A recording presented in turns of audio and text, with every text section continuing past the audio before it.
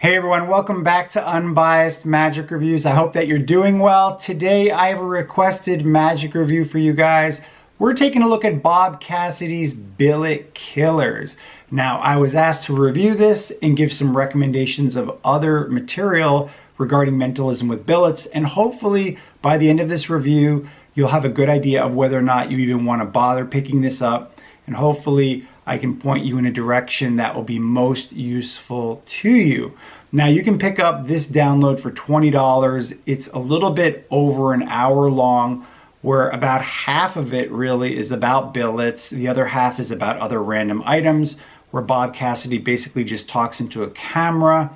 There's no performances here, and there really is only one routine. Now, unfortunately, Bob Cassidy passed away in 2017. I picked this up back when he was still alive. You should be familiar with Bob Cassidy if you're watching this review. If you're expecting to learn his name and place routine, you're definitely not going to learn that here. So as usual, I'm going to try to give you a good rundown of what you can expect on this download, give you guys my thoughts, my rating, and then just those recommendations. The lecture starts out with Bob Cassidy showing you how he makes billets from index cards. And then afterwards, he quickly goes into a bunch of billet switches. You only get to see them demonstrated from one angle, and he just goes over them very quickly. He doesn't give you actually any type of way of using them. There's no applications. It's just raw technique. He goes over what he calls the crease switch, which is his variation of El Dorado, which is a switch that you can find in the book Mainly Mental. He then goes over the Baker switch, the Anneman switch, a switch that he calls the Moldavian switch. He shows you how you can use a thumb tip to do some switches. And that's pretty much what you can expect on that section. And then he quickly goes into two different types of center tears. He shows you an instant access center tear, and then he also shows you Al Mann's one-handed center tear. Afterwards, he takes out a couple of peak wallets he used to use. He shows you Mark Striving's SUC case, as well as the Jack's wallet, gives you a couple of tips on how to use those.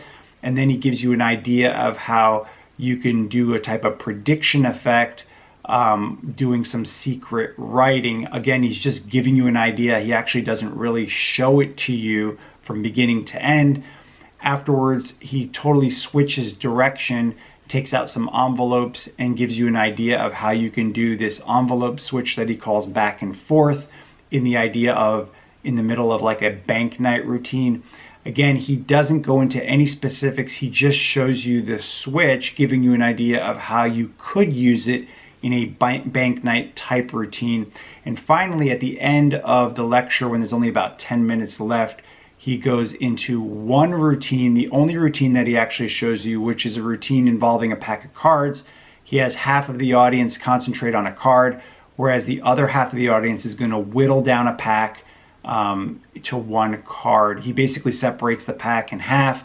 They choose one half. He gets rid of it, and then he whittles that down to another, half and half. Again, they choose, and they keep doing that until you get to one card. And then, of course, the one card is going to match the card that the other half of the audience is thinking about. That's pretty much what you can expect here. And I was really disappointed when I picked this up, because I expected this to be about mentalism with billets, and only a very small amount of it really is about billets overall. And that part that he goes over is just a couple of techniques. If you're expecting to learn like his name and place routine, you're not going to learn that here. In fact, you're not going to learn any routine that has to do with billets at all.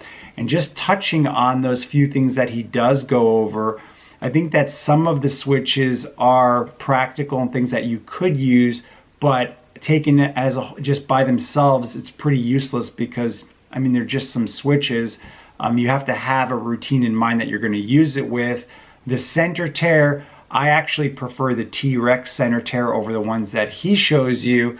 And then his idea with the peak wallets, those wallets are way outdated, although the idea of placing a prediction in the peak wallet only later for it to come true is an excellent idea, although I wouldn't do it the way that he describes with the secret writing. Instead, if you guys are interested, there's a very clever routine that I know of that is taught on a lecture that has to do with a Peak wallet. I'm not actually going to divulge it here openly, but if you are interested, you can message me and I can point you in the right direction, because it is a very, very strong prediction type effect where you write a prediction, put it in your wallet, you have your spectator do a couple of things, and then when you take out the prediction later, it matches perfectly. There's no secret writing. It's just a very clever routine. If you're interested, you can message me and I can point you in the right direction. I'm not going to actually say it here out in the open, because I think that's something that should be only for those people that are really interested. I just don't want to give it away here out in the open on YouTube. That being said, the rest of the stuff on this lecture I think is really not that useful. The one routine that you learn on here, there's a much better version of that if you just pick up Bill Abbott's Smartass Pack. Is the exact same routine, but it's much better because everything is done in the hands of the spectator. Whereas here, Bob Cassidy's version, first of all, it's going to be very hard to get your hands on the cards you need to do the routine. And then I really didn't think that Bob Cassidy's version looks as fair as Bill Abbott's, because in Bill Abbott's version, when you've narrowed down the selection to 5 cards, you can spread them out and the spectator can touch the card that they want. It looks so fair. Whereas in the Bob Cassidy version, when you're down to 5 cards, he's basically doing this with the cards. He's basically just passing one under the other and saying, say stop when you want. You know, it just feels like a force. It doesn't feel as fair. So I think that for the $20, you're not really getting much value. That's what I really think. So let's go over my rating and then some final recommendations. So for my rating, I rated this overall as 1.75 over 5, which means I would recommend you totally stay away from this. I don't think it's worth it at all. And here's the breakdown. Under creativity, I gave it 2 out of 5. I thought some of the tips and some of the ideas were creative, although a lot of them are not really practical and you're not really going to use a lot of them. And there are much better ideas out there already regarding the same exact types of premises that he's going over there. In terms of the teaching, I would give it 3 out of 5 because he just glossed over everything. He goes over everything so quickly that you're not really going to get a whole lot out of anything. Even the switches that he spends the most amount of time on, you only really see it taught from one angle. So for the teaching, I really would give it 3 out of 5. In terms of comparison with other products, I would rate it as 1 out of 5. There's so many other better products that I'm going to get to shortly. In terms of the demonstration of like the principles and stuff, I would give him 2.5 out of 5 because again, he just demos it very quickly from one angle. You're really not going to get a lot out of seeing that. And this type of stuff, especially techniques with billets, a live video, a lecture, that's really what he should have focused on, showing it to you from all different angles. Like many other products that go over techniques, they show you the moves very slowly so you can really understand them.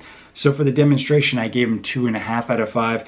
In terms of practicality, I would really rate this as 1 out of 5 because none of this stuff is stuff that you're going to really use. You're not going to be able to watch this, walk away, and immediately perform any of this stuff because there's really nothing here that's taught that is complete. It's just a bunch of fragmented ideas.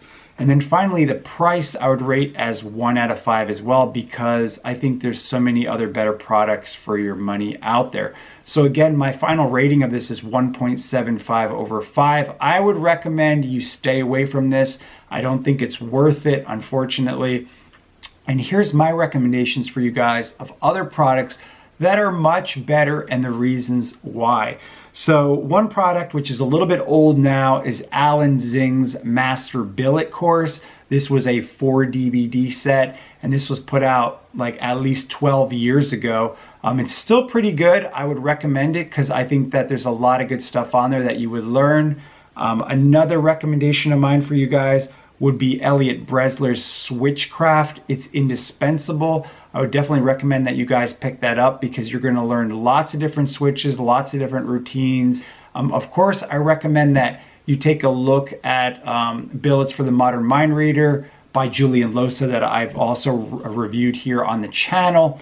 Another recommendation of mine would be Mark Paul's Acts of Mentalism that was put out by Alakazam Magic. And there's some really interesting stuff on there. He goes over lots of stuff with Billets. He does go over a couple of different variations of Bob Cassidy's name and place routine, some of which are extremely clever. I thought that his peaks there with envelopes was also extremely clever too. So definitely worth picking that up.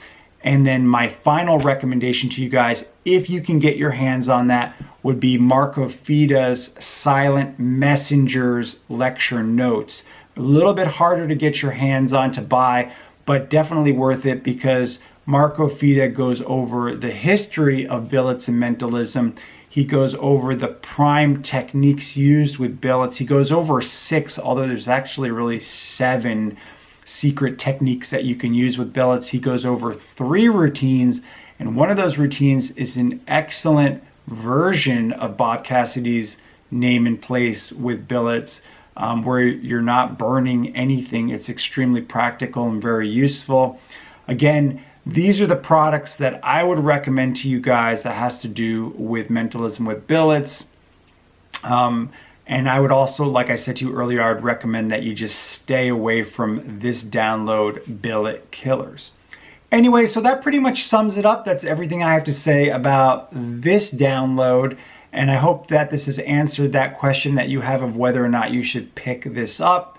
If you have any questions or comments, please leave them for me below. Thanks so much for tuning into my reviews. I'll see you on the next one.